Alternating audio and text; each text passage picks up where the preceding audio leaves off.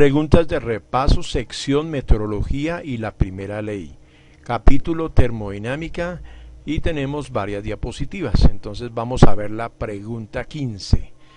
Antes de leerla quiero aclarar que es una pregunta bastante compleja, pero ahí vamos poco a poco a tratar de explicarlo de la mejor manera. Dice, ¿cuál es la forma adiabática de la primera ley? Entonces para eso vamos a mirar esta gráfica que tenemos aquí a este lado. Voy a leer figura 18.5, la temperatura de una masa. Entonces, de aire seco que se expande adiabáticamente disminuye unos 10 grados centígrados por cada kilómetro que se eleva. ¿Qué significa eso?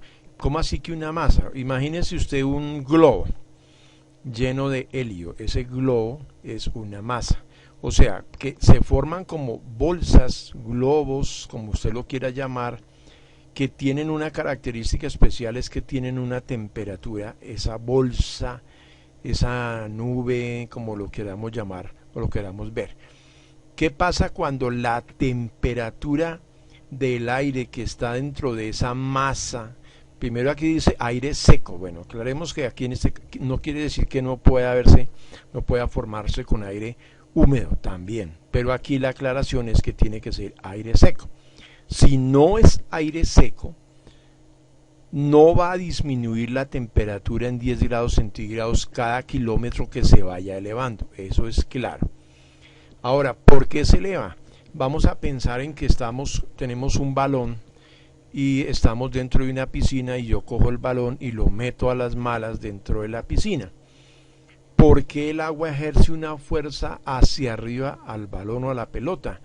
Porque la pelota tiene una densidad mucho menor que el agua y por eso la pelota va a flotar, va a subir.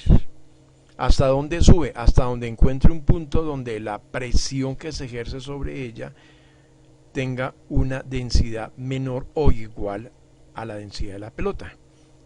Entonces cuando queda encima del agua de la piscina es porque la densidad del aire puede ser igual o mayor al de la pelota.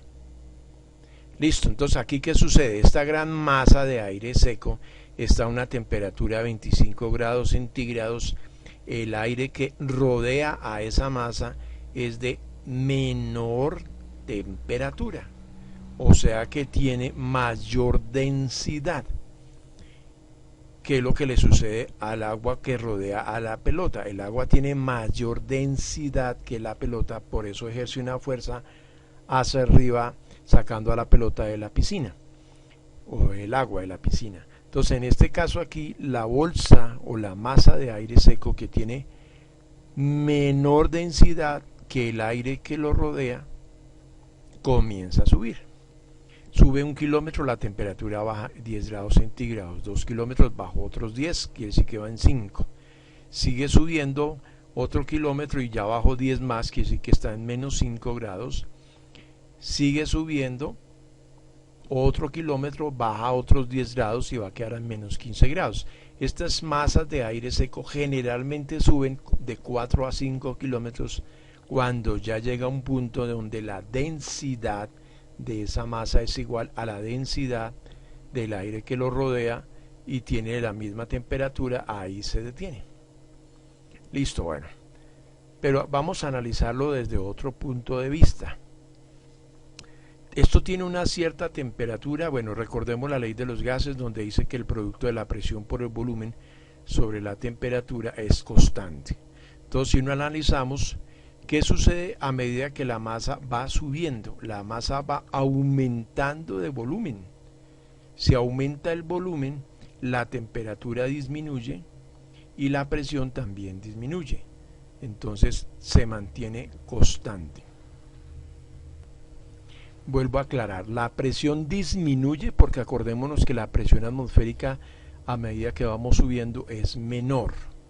El volumen va aumentando, de pronto lo dije mal. El volumen aumenta, si se dan cuenta que en la gráfica se ve más grande, y la temperatura va disminuyendo. Esa relación de P por V sobre T se mantiene constante. Listo, hay algo que se llama gradiente adiabático seco de masa, o sea, estas masas. Aquí dice que es 10 grados centígrados, realmente no es exactamente 10. Sucede como sucede con la aceleración que produce la gravedad, que es de 9,8, pero para cálculo se utiliza 10. Aquí dice 9,8 grados centígrados cada kilómetro, eso es lo que va disminuyendo cuando va subiendo, siempre y cuando sea seco. Ahora hay otro que se llama gradiente adiabático húmedo, también de la masa, pero observen que aquí es 5 grados centígrados cada kilómetro.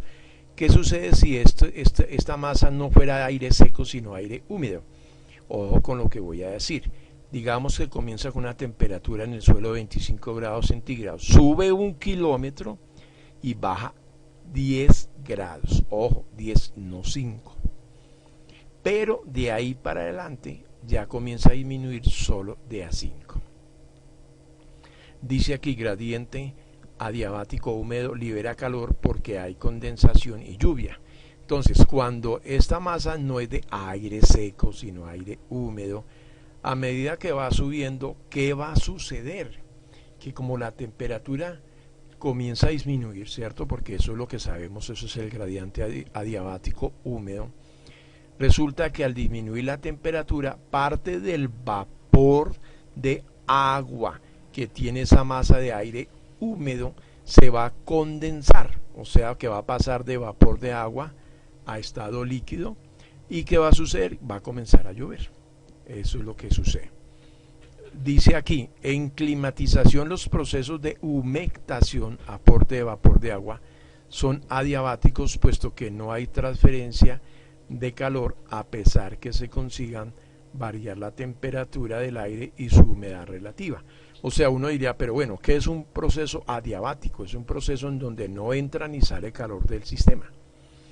Y entonces usted dice, pero si no entra ni sale calor del sistema, ¿por qué entonces la temperatura varía? Porque si la temperatura está variando, habría que pensar entonces que está, o bien, aquí en este caso, bajando la temperatura, quiere decir que está cediendo calor. Pero resulta que no. Aquí lo dicen, climatización, los procesos de humectación son adiabáticos, puesto que no hay transferencia de calor a pesar de que se consiga variar la temperatura del aire y su humedad relativa. O sea que esa no entra ni sale calor, esa temperatura baja y esa energía se transforma en otras cosas. Listo, dice, los procesos adiabáticos en la atmósfera son característicos de partes del aire llamadas parcelas o masas, o sea lo que yo decía, aquí se forma como una bolsa de aire, bien sea seco o húmedo, con unas características que los que lo rodean tienen características diferentes, como es el caso de su temperatura, cuyas dimensiones van de decenas de metros hasta kilómetros. Tales masas son lo suficientemente grandes como para que el aire externo a ellas no se mezcle notoriamente con el de su interior durante los minutos u horas de su existencia. No hay, no se mezcla, entonces por eso no es adiabático. Se comportan como si estuvieran encerradas en unas bolsas de mercancías gigantescas y con peso mínimo. A medida que una masa sube por el lado de una montaña, baja su presión, con lo cual se expande y se enfría.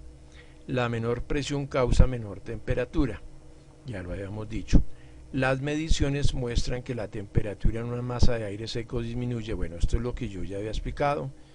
Es decir, el aire se enfría a 10 grados centígrados, figura 18.5, es lo que ya había explicado. Miremos, bueno, aquí está el pie de página que aparece por aquí, el 5. Recuerda que en el capítulo 16 explicamos el enfriamiento del aire que se expande a nivel microscópico. Bueno, sí, explicábamos que el aire se enfría porque hay una cede energía, pero en este caso no es hacia el exterior. En termodinámica se los consideran medidas microscópicas de temperatura y presión y se llega a los mismos resultados. Lo que hablábamos acá, la presión disminuye, el volumen aumenta, y aquí decía muy claramente la temperatura, por aquí está, la menor presión causa menor temperatura. Listo, sigamos con la siguiente diapositiva.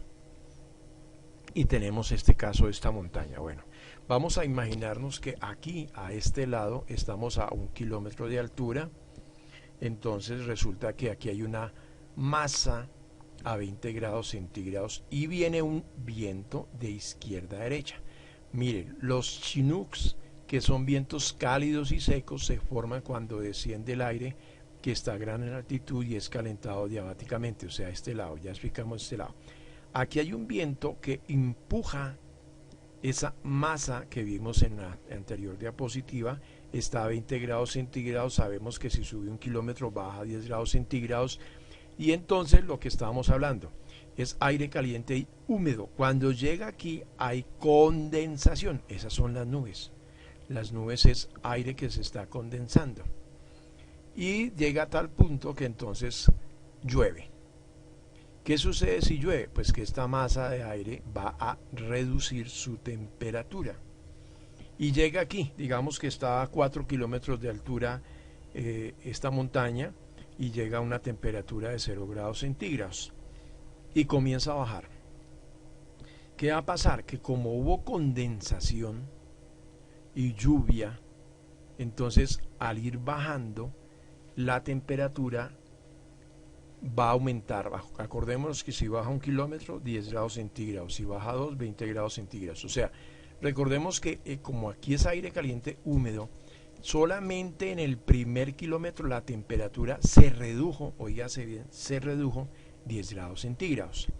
De resto, a medida que va subiendo, acordémonos del gradiente adiabático húmedo, es de 5 grados centígrados, o sea que a medida que va subiendo va perdiendo ya 5 grados centígrados.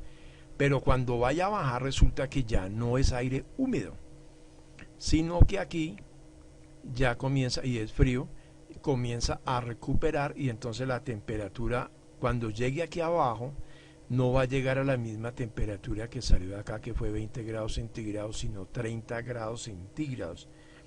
A ese viento se recibe el nombre de feón.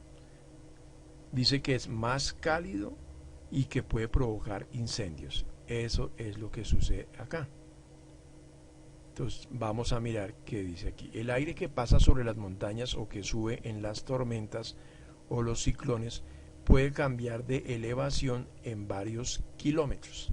Así, si una masa de aire seco al nivel del suelo con una temperatura confortable de 25 grados centígrados subiera a 6 kilómetros, su temperatura serían fríos menos 35 grados centígrados. Por otro lado, si el aire a una temperatura menos 20 grados centígrados común a una altura de 6 kilómetros descendiera al nivel del suelo, su temperatura sería hasta de 40 grados centígrados. Entonces lo que decía, aquí baja una temperatura mucho mayor que esta de acá, porque aquí hubo condensación y parte de la masa se redujo. Un ejemplo notorio de este calentamiento adiabático es el chinook, que está acá, que es un viento que sopla de las montañas rocallosas y cruza los grandes planicies en Estados Unidos. El aire frío que baja por las pendientes de las montañas se comprime en un volumen pequeño. Bueno, eso no lo había dicho. Así como en la gráfica anterior decíamos que se iba agrandando, ahora se va volviendo más pequeño. Y se calienta en forma apreciable. Figura 18.6. El efecto de la expansión o la comprensión de los gases es muy sorprendente. Dice aquí el 6.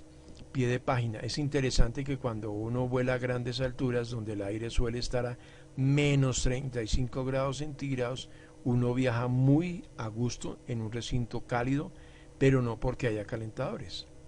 El proceso de comprimir el aire externo hasta la presión de la cabina casi a nivel del mar lo calentaría hasta 55 grados centígrados. Por ello se debe usar acondicionadores de aire para sacar calor del aire a presión. Listo. Bueno, aquí está lo que acabo de leer. Y terminamos.